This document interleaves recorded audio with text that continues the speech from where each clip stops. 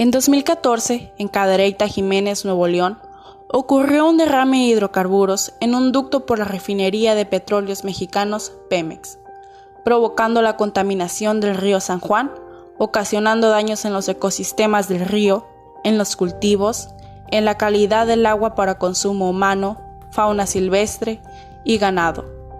Para que el agua sea considerada potable, esta no debe tener ningún tipo de hidrocarburos. La ingestión de hidrocarburos puede afectar 3 sistemas orgánicos fundamentales: el sistema nervioso central, provocando letargia, aturdimiento e incluso coma. Afecta también al pulmón, provocando tos, ahogo, ronqueras, retracción intercostal, etc. Afecta también el aparato intestinal, porque son irritantes de boca, faringe e intestino.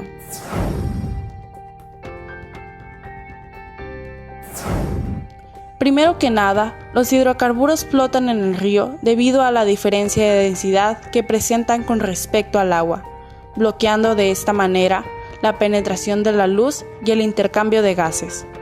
Se reporta que la mayor parte de los componentes tóxicos y volátiles de estos son eliminados por la evaporación, mientras que otros se oxidan por la radiación ultravioleta presente en la luz del sol.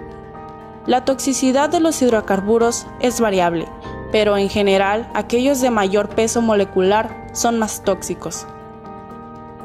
Los hidrocarburos son compuestos orgánicos que contienen carbono e hidrógeno, presentándose en la naturaleza como gases, líquidos, grasas y a veces sólidos. Su estructura molecular consiste en un esqueleto de átomos de carbono a los que se unen los átomos de hidrógeno. El enlace que los une es no polar dado la poca diferencia de electronegatividades entre los elementos. Su geometría molecular depende de la cantidad de carbonos. Ahora hablando sobre el agua, es un compuesto formado por 2 moléculas de hidrógeno y una de oxígeno mediante un enlace covalente polar. Su geometría molecular es angular.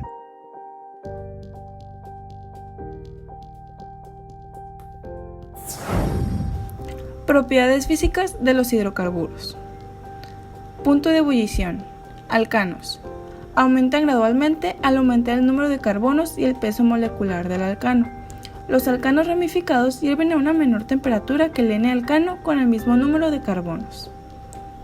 Alquenos. Como los alcanos, los alquenos ramificados son más volátiles y tienen puntos de ebullición más bajos. Punto de fusión.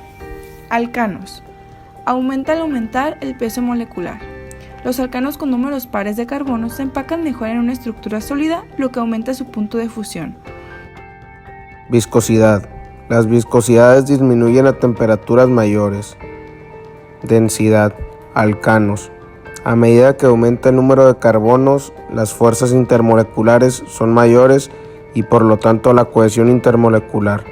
Esto da como resultado un aumento de la proximidad molecular y por tanto de la densidad. Solubilidad. Alcanos y alquinos no se disuelven en agua, sino en solventes no polares como el benceno, éter y cloroformo. Alquenos. Es débil pero considerablemente más alta que la de los alcanos, debido a que la concentración de los electrones en el doble enlace produce una mayor atracción del extremo positivo del dipolo de la molécula de agua. Propiedades químicas de los hidrocarburos. Oxidación completa. Los alcanos se oxidan en presencia de aire u oxígeno y el calor de una llama, produciendo dióxido de carbono, luz no muy luminosa y calor. Ese calor emitido se denomina calor de combustión. Pirólisis. Consiste en pasar un alcano pesado por tubos calentados de 500 a 800 grados centígrados, lo que permite que el compuesto se descomponga en alquenos e hidrógeno. Propiedades del agua. Se presenta en estado sólido, líquido o gaseoso. No tiene sabor, color ni olor. Su densidad es de 1 grado por centímetro cúbico a 4 grados Celsius. Punto de congelación de 0 grados Celsius. Punto de ebullición 100 grados Celsius. Viscosidad de 1 pascal segundo a 20 grados Celsius. Reacciona con los óxidos ácidos, óxidos básicos, metales y no metales.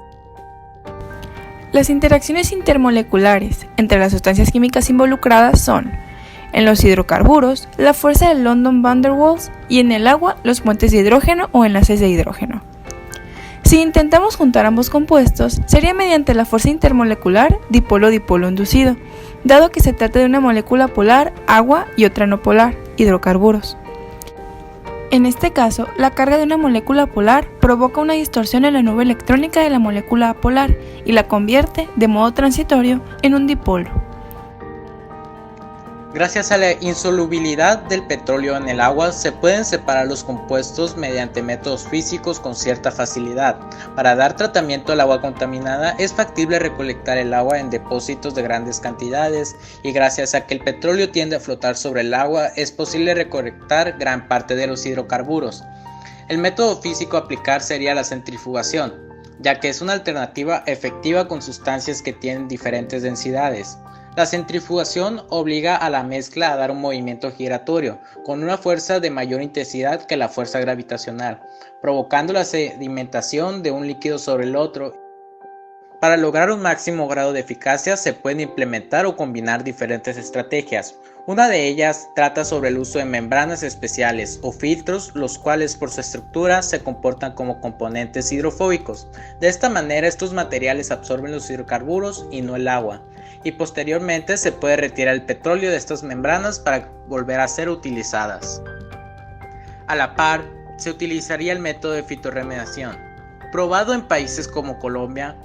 El método consiste en el uso de plantas con características especiales que les permite metabolizar y transformar diferentes compuestos como los hidrocarburos y derivados del petróleo.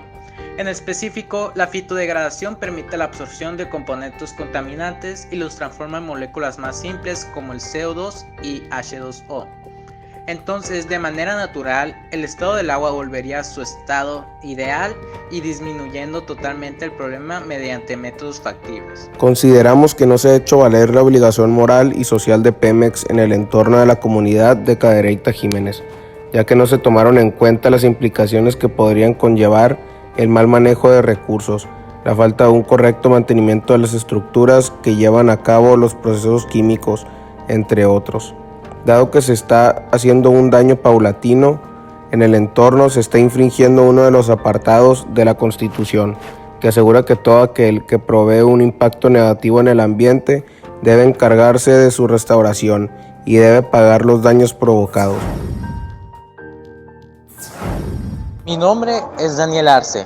Opino que este tipo de accidentes trae consigo grandes consecuencias al impacto social y ambiental, por lo que Pemex debería aumentar su inversión en la investigación y en el tratamiento de aguas que son contaminadas en la extracción de petróleo, además de generar diferentes protocolos, los cuales deben realizarse en este tipo de situaciones y emergencias. Sergio Arturo Córdoba Fernández.